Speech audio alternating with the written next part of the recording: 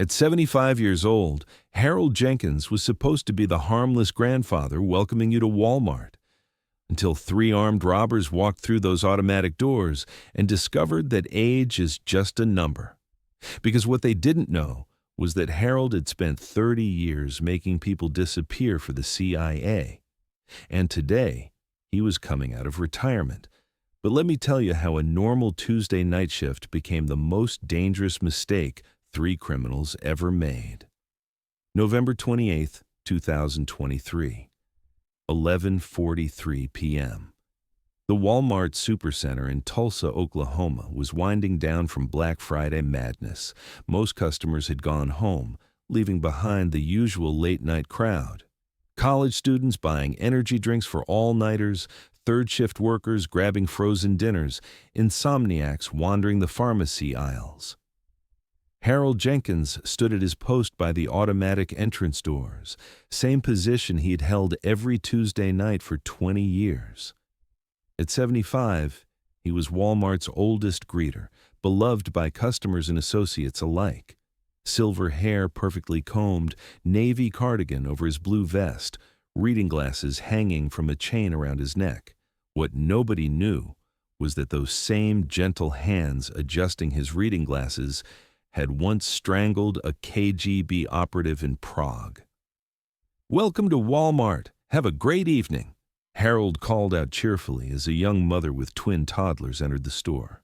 He handed her a sanitized shopping cart and watched her disappear into the grocery section, genuine warmth in his smile. This was Harold's favorite part of the job. Not because it was easy money for a retiree, but because it was beautifully, perfectly normal. After 3 decades operating in the darkest corners of the Cold War, normalcy was a luxury he'd never take for granted. Behind the customer service counter, night manager Sarah Chen was balancing registers. Security guard Mike Torres was making his hourly rounds, flashlight bouncing off empty aisles, until Harold noticed the 3 men in the parking lot who'd been sitting in their black Chevy Malibu for exactly 23 minutes and 47 seconds. Harold's eyes had never stopped being operational. 20 years of retirement couldn't erase 3 decades of CIA field training. The 3 men in the Malibu, mid-20s, athletic builds, too much nervous energy for a casual Walmart run. Driver kept checking his Timex. Passenger was scanning store exits through binoculars. Third man was adjusting something metallic under his leather jacket. Harold had witnessed this exact behavioral pattern in Moscow, East Berlin, Caracas, and a dozen other cities where his job description was simple: eliminate threats to American interests before they became problems. And that's when Harold's dormant muscle memory awakened for the first time in 2 decades. Harold's hands moved to adjust his reading glasses, but the gesture transformed. Tactical assessment. His fingers unconsciously verified the small titanium blade hidden in the frame's hinge, a parting gift from CIA Technical Services Division in 1987, never removed, never forgotten. His posture shifted imperceptibly. 75 years old, but his spine straightened with parade ground precision. His breathing patterns slowed to combat rhythm. His peripheral vision expanded to full tactical awareness. CIA personnel file, classification, eyes only. Codename Shepherd, active service 1975 to 2005. Confirmed eliminations 73. Specialty wet work operations. Status retired with honors. But some wolves never really stop being predators. They just learn to wear sheep's clothing. The 3 men exited their vehicle simultaneously. Military precision, professional spacing. Harold recognized the approach pattern: apex predators moving toward prey, confident in their superiority. He casually pressed the silent alarm button beneath his greeter station, then immediately disabled it with a secondary switch. This wasn't a situation for Tulsa PD response time. This required a very specific skill set. A skill set that Harold Jenkins had perfected in places that didn't exist on any official map. Skills honed in the bloodiest shadows of the Cold War were about to light up a Walmart parking lot. The entrance doors whooshed open with their familiar pneumatic hiss. 3 men stepped through, black leather jackets, baseball caps pulled low over their eyes, hands buried deep in pockets where fingers wrapped around cold steel. Harold's smile never wavered. Same welcoming expression he'd worn for 7,300 consecutive nights. "Welcome to Walmart, gentlemen," he said with genuine Oklahoma hospitality. "Y'all finding everything you need this evening?" The lead man, 6'2", blonde hair, fresh scar running from his left ear to his jawline, looked at Harold with the particular contempt reserved for the elderly and defenseless. "Yeah, old man. You can help us by keeping your mouth shut and your hands visible." That was their first tactical error. Their final error would occur in approximately 2 minutes and 37 seconds. The firearms appeared with practiced efficiency. 3 9mm Glock 19s, serial numbers filed off, definitely stolen from a law enforcement source. The blonde aimed his weapon directly at Harold's chest, finger properly positioned outside the trigger guard. Professional training evident. "Everyone on the fucking ground! Now! This is a robbery!" Screams erupted from the 11 customers scattered throughout the store. Sarah Chen dove behind the customer service counter, frantically reaching for the phone. Mike Torres dropped his flashlight and went for his radio. Harold didn't move, didn't flinch, didn't break his grandfatherly smile, because Harold had been shot at by Spetsnaz operatives in Afghanistan. These 3 amateurs weren't even close to that league. Harold's mind processed the threat matrix in 2.3 seconds. 3 hostiles, amateur tactical formation, no visible backup or overwatch, exit strategies poorly covered. Civilian count, 11 customers, 2 associates, threat assessment, moderate lethality, high emotional volatility. Elimination sequence, prioritized by weapon discipline and situational awareness. The blonde was obviously the leader, but demonstrated poor emotional control. Dangerous in close quarters. The brunette covering the grocery entrance was nervous, finger already inside the trigger guard. High probability of accidental discharge. The redhead positioned near electronics showed tactical awareness and calm breathing. Primary threat requiring immediate neutralization. Harold's mental arsenal contained 47 different methods to eliminate all 3 hostiles, but civilian safety demanded a more sophisticated approach. "Son," Harold said gently, his voice carrying the weight of a grandfather addressing a wayward child. "I've been working this door for 20 years now. Seen a lot of young folks make choices they can't take back. You absolutely certain this is the road you want to walk down?" The blonde's laugh held no humor. "Shut your mouth, Grandpa, before I shut it permanently and ship you off to the morgue instead of the nursing home." Harold nodded with patient understanding. "You know, my grandson Tyler's about your age. He's serving with the 82nd Airborne now, over in Syria. He always asks me what I did before I came to work here at Walmart." What Harold had never told Tyler would have given these 3 amateurs nightmares for the rest of their very short lives. East Berlin, December 1987. Harold had been 39 years old, operating under diplomatic cover as a cultural attaché. 3 Stasi agents had cornered him in a similar scenario. Outnumbered, outgunned, innocent civilians in the crossfire.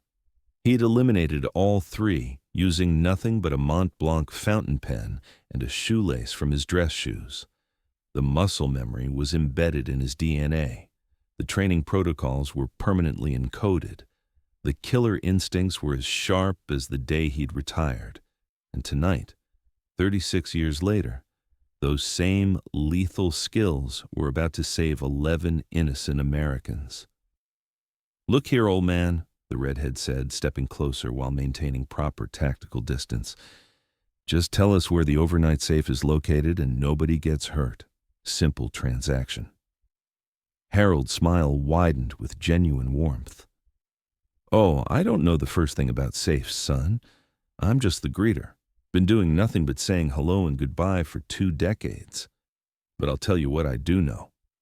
His right hand drifted toward his reading glasses with practiced nonchalance. "I know you 3 boys are about to commit the biggest tactical error of your extremely limited lifespans." The titanium blade slid from Harold's glasses frame like liquid mercury.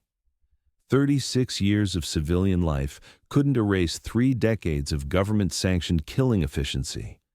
The brunette was positioned closest to the entrance, target of opportunity. Harold's left hand captured his wrist in a grip that crushed small bones, torquing the Glock away from civilian positions, while his right hand drove 2 inches of surgical-grade titanium directly into the carotid artery. The man collapsed without making a sound. 1 hostile down, 2 remaining. 11 civilians still breathing, but the redhead was already moving, and he wasn't an amateur. The redhead was good. Military bearing, probably special forces or Marine recon. He recognized what he was witnessing and adapted instantly, diving for cover behind a towering display of discounted Black Friday electronics while simultaneously acquiring a target picture on Harold's center mass. But Harold was 30 years better. 3 decades of staying alive when other professionals wanted him dead. Harold didn't pursue directly. Instead, he retrieved the brunette's dropped Glock 19 and put 2 suppressive rounds into the Xbox display, not to achieve hits, but to drive his target toward the grocery section and away from civilian positions.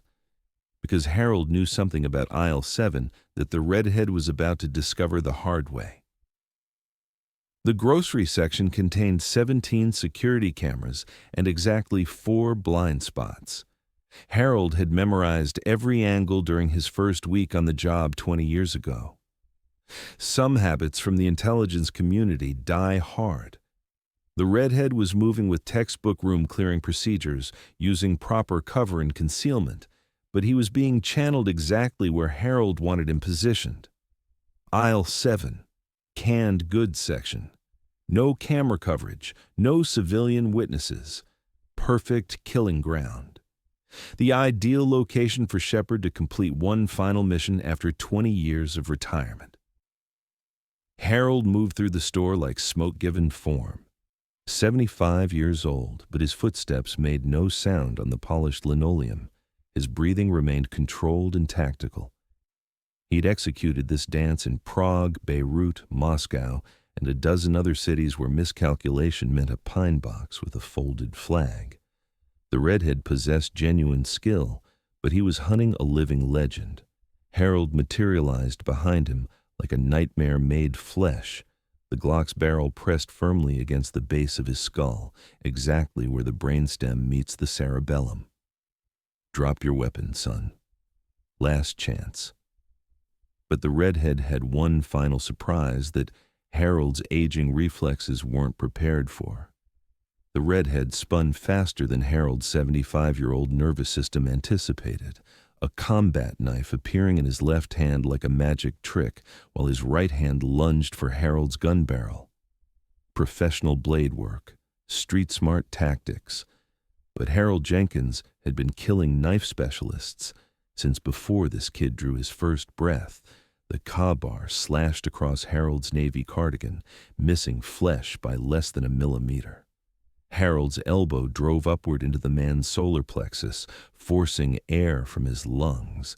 Then his knee rose to meet the descending chin with bone-crushing impact.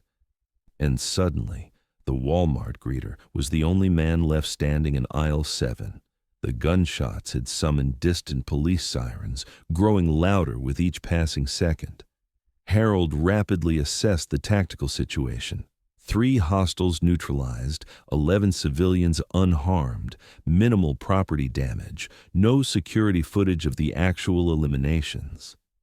He holstered the Glock in his cardigan pocket and walked calmly back to his greeter station, adjusting his reading glasses and smoothing his silver hair back into place. Just another night at Walmart, but when Tulsa PD arrived on scene, What they discovered would puzzle forensic investigators for years to come. Detective Maria Santos burst through the automatic doors first, service weapon drawn and ready, tactical vest strapped tight over her uniform. What she found defied every principle of criminal investigation she had learned in 15 years of police work. 3 armed robbers neutralized with surgical precision, 0 civilian casualties, and a 75-year-old Walmart greeter calmly directing customers toward the exit. "Sir, are you injured? Do you need medical attention?" Santos asked Harold, holstering her weapon. Harold's smile could have powered the entire store. "Oh no, sweetheart. Just doing my job. Welcome to Walmart." But Detective Santos noticed forensic details that would haunt her investigation reports. The scene was impossibly clean, impossibly professional. 3 armed men eliminated with minimal force application, maximum operational efficiency. This wasn't adrenaline or luck or some miracle of senior citizen courage. This was surgical artistry performed by a master craftsman. Detective Santos had processed military contractor kills before, even some special operations aftermath. But this transcended tactical training. This was the signature of someone who'd spent decades perfecting the mathematics of death. And when she ran Harold Jenkins through the federal law enforcement database, the results made her hands shake. The file was 90% redacted. Black bars covered names, dates, operational locations, mission details. But the fragments that remained told the story of a man who'd served his country in ways that would never appear in any history textbook. CIA personnel file, classification, cosmic clearance required. Subject Jenkins, Harold William, codename Shepherd. Operational status, retirement, level 9. Asset classification level, compartmentalized access only. Warning, subject possesses advanced lethality skills. Approach with extreme caution if operational status changes. Detective Santos closed the classified file and observed Harold, who was already helping night shift associates sweep up broken glass.